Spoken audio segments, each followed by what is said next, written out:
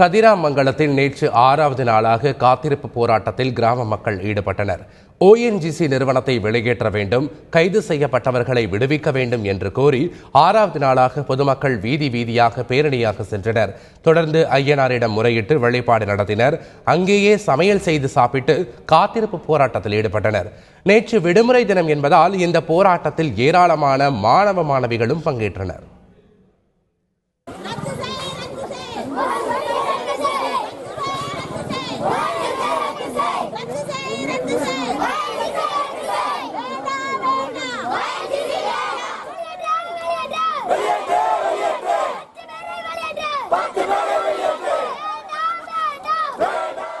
கும்பகோணம் பள்ளி தீ விபத்தில் 94 குழந்தைகள் உயிரிழந்ததன் நினைவு தினத்தை ஒட்டி அவர்களது பெற்றோர் 94 விளக்குகளை ஏந்தி ஊர்வலம் நடத்தினர்.